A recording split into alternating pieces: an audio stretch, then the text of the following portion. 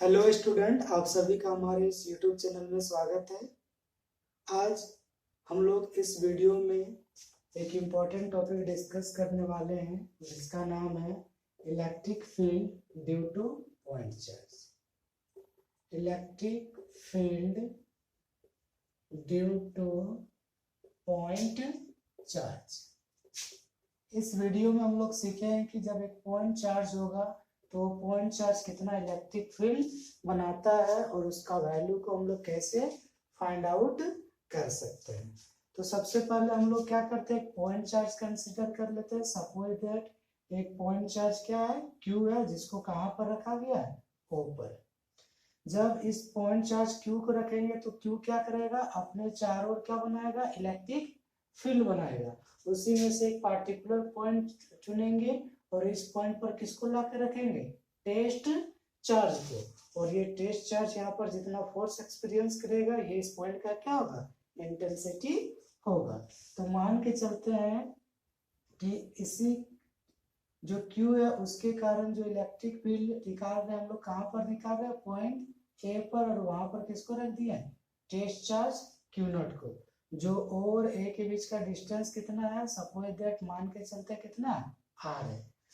अब हमको पता है कि ये भी जो सोर्स चार्ज है वो भी पॉजिटिव है और टेस्ट चार्ज ये भी पॉजिटिव है, तो दोनों के बीच में कैसा फोर्स लगेगा, रिपल्सन फोर्स, जिसके कारण फोर्स का डायरेक्शन किधर होगा, इस डायरेक्शन में। और जिस डायरेक्शन में फोर्स होता है उसी डायरेक्शन में क्या काम करता है, इलेक्ट्रिक फील्ड इंटेंसिटी। ठीक है, तो हम लोग जब पिछला क्लास में पढ़े थे इलेक्ट्रिक फील्ड इंटेंसिटी, तो उसका सिंपल फॉर्मूला क्या पढ़े थे, तो इक्वल टू क्या होता है, F/Q।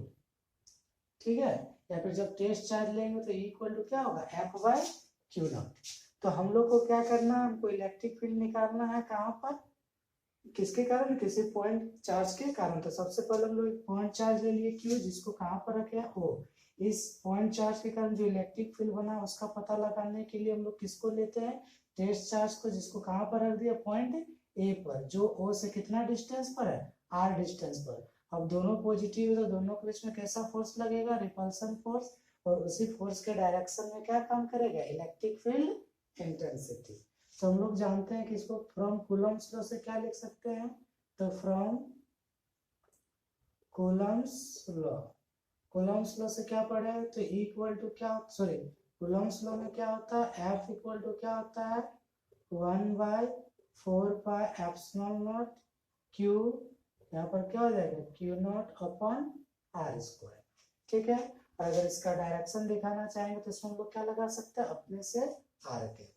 एंड हम लोग ये भी जानते हैं, and electric field intensity, and electric field intensity, हमको पता है कि electric field intensity equal to क्या होता है, तो इक्वल टू क्या होता है, F/Q0, क्योंकि टेस्ट चार्ज Q0 लिए हैं तो F की जगह पर क्या पुट हो जाएगा, 1/4πε0 Q0/R², और पहले से नीचे में क्या है, Q0, तो ये Q0 आपका कैंसिल आउट हो जाएगा, और इलेक्ट्रिक फील्ड इक्वल टू क्या होता है, 1/4πε0 Q/R²।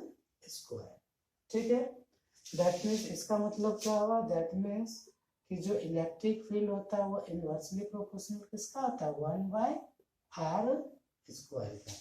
ठीक है, लेकिन जब कोई हम लोग स्फेरिकल सरफेस चुनेंगे, सपोज दैट यहाँ पर क्या सोर्स चार्ज क्यों रखे हैं, अब इसका प्रत्येक पॉइंट पर इस स्फेरिकल सरफेस का प्रत्येक पॉइंट पर जो इलेक्ट्रिक फील्ड होगा उस इलेक्ट्रिक फील्ड का वैल्यू क्या होगा, सेम होगा। ठीक है, तो जब इस तरह का सरफेस होगा तो उस समय क्या होगा, जो इलेक्ट्रिक फील्ड है वो आर पर डिपेंड, आर के डायरेक्शन पर डिपेंड नहीं करेगा, आर पर तो डिपेंड करेगा लेकिन आर के डायरेक्शन पर डिपेंड नहीं करेगा, क्योंकि इस डायरेक्शन में भी इलेक्ट्रिक फील्ड का, इसमें भी प्रत्येक डायरेक्शन पर क्या होगा, इलेक्ट्रिक फील्ड का वैल्यू सेम होगा। तो इस तरह का जो सरफेस होता है उस तरह का सरफेस को क्या बोला जाता है, एस्फेरिकल सिमेट्रिक, या फिर इसी को बोला जाता है एस्फेरिकल सिमेट्रिक इलेक्ट्रिक फील्ड, या फिर इसी का दूसरा नाम क्या है, रेडियल इलेक्ट्रिक फील्ड। मतलब जिस इलेक्ट्रिक फील्ड में जो इलेक्ट्रिक फील्ड होता है वो आर के डायरेक्शन पर डिपेंड नहीं करेगा, तो उस तरह के इलेक्ट्रिक फील्ड को क्या बोला जाता है, रेडियल इलेक्ट्रिक फील्ड, या फिर उसी को बोलते हैं स्फेरिकल सिमेट्रिक इलेक्ट्रिक फील्ड। ठीक है, तो हम लोग इस तरह से क्या करते हैं, किसी भी सोर्स चार्ज, किसी भी पॉइंट चार्ज के कारण क्या कर सकते हैं, इलेक्ट्रिक फील्ड को फाइंड आउट कर सकते हैं।